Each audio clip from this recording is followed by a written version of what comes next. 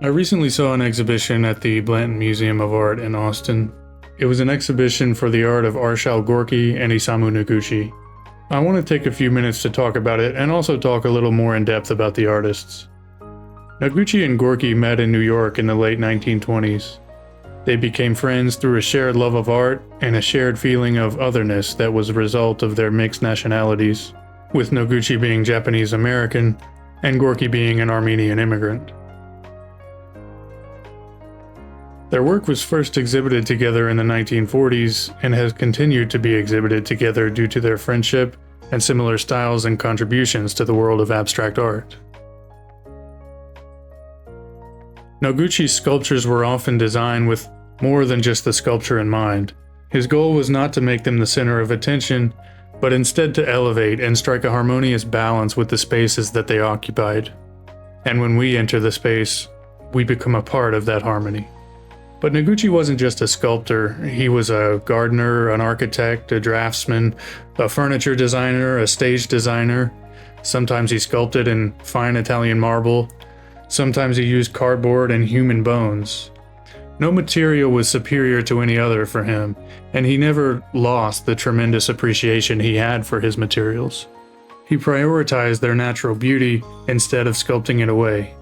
Sometimes he even pulled rocks out of the Uji River and did no sculpting to them at all, considering them to have been sculpted by the river. Gorky was of a similar mindset when it came to paint. He just loved the way paint looked, even if it was on something as mundane as a fire hydrant.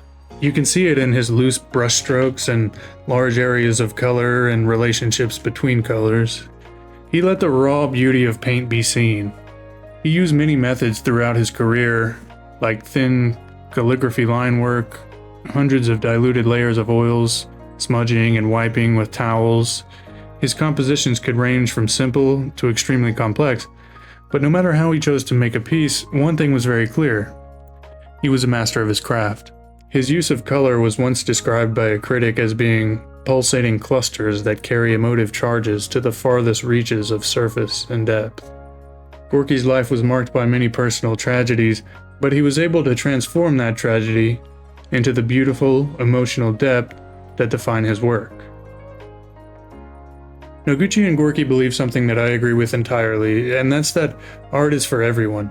It's not just for the wealthy class or pretentious art critics. It can and should be accessible to everyone. While their works are among the most desired in the art market today, they lived through the Great Depression and struggled financially throughout their artistic careers. Gorky often painted over his paintings multiple times because he couldn't afford new canvases. And Noguchi at one point was evicted from his apartment and had to take whatever commission work he could in order to survive. He only gained real notoriety when he was in his 40s. Early in their careers, abstraction was not popular at all, but they continued to do it, and they weren't alone. Them and a small group of little-known artists were about to pioneer a movement that would change the art world forever. The aftermath of World War II had led to a rise in existentialist philosophy and emotional hardship that could only be expressed through abstraction. Willem de Kooning, Jackson Pollock, and Mark Rothko were among the pioneers of this abstract expressionist movement. Noguchi and Gorky were also huge contributors, but as I mentioned earlier, they used such a wide range of methods and styles that it was hard to label them, and that's the way they preferred it. Pretty soon, though, the unique organic forms of their work led to them being labeled anyway with an entirely new term: biomorphism. There's a reason why these two artists are exhibited together. I think they shared a similar vision, and they communicated with the use of raw material in such a way that can only be experienced through being in the presence of their power.